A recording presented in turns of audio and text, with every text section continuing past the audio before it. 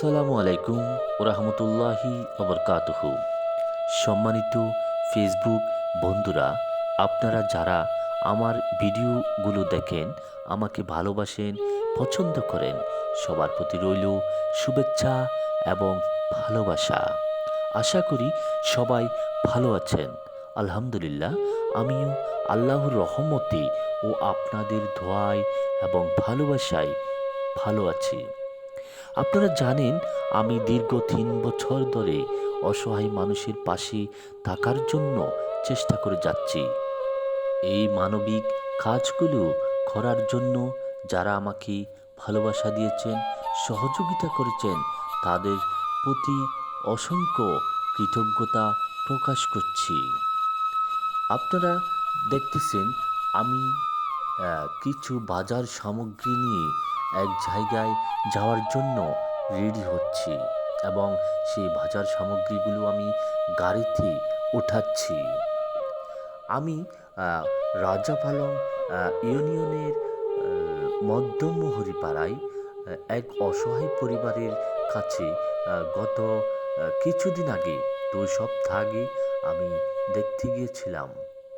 খবর পাওয়ার পর আমি গিয়ে তাদের বাড়ির খুব কঠিন একটি অবস্থা দেখেছিলাম।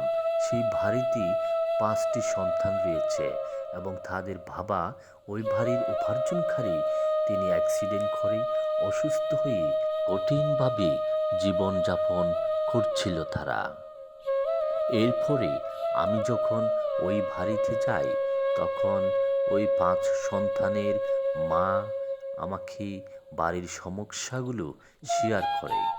আমি যেদিন গিয়েছিলাম সেদিন ওই বাড়িতে কোনো খাবার ছিল না খাওয়ার জন্য।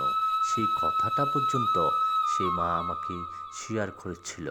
এরপরে আমি চিন্তা করলাম তাদের বাড়িতে কিছু বাজার সামগ্রী তুলে দেব ইনশাল্লাহ। ওইখান থেকে এসে আমি আমার কয়েকজন ভালোবাসার কাছের মানুষের সাথে যোগাযোগ করলাম।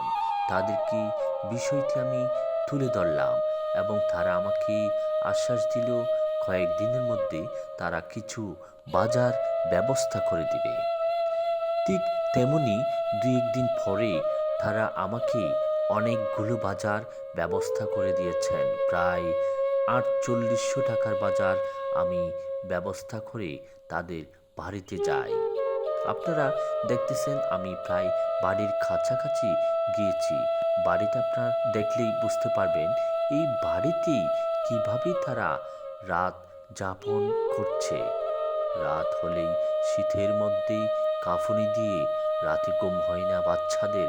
এমন কঠিন পরিস্থিতিতে আমার সেই ভালোবাসার মানুষগুলো তাদের কিছু খাবার সামগ্রী দিয়ে আমাকে তাদের বাড়িতে পাঠালো এবং তাদেরকে সেই বাজার সামগ্রীগুলো আমি বুঝিয়ে দিলাম। সবাইকে অনুরোধ করব, আপনারাও এরকম সবসময় অসহায় মানুষের পাশে থাকবেন, তাদের ভালোবাসবেন, সহযোগিতা করবেন এবং সুযোগ হলে এই ভিডিওটি শেয়ার করে সবাইকে দেখার সুযোগ করে দিবেন।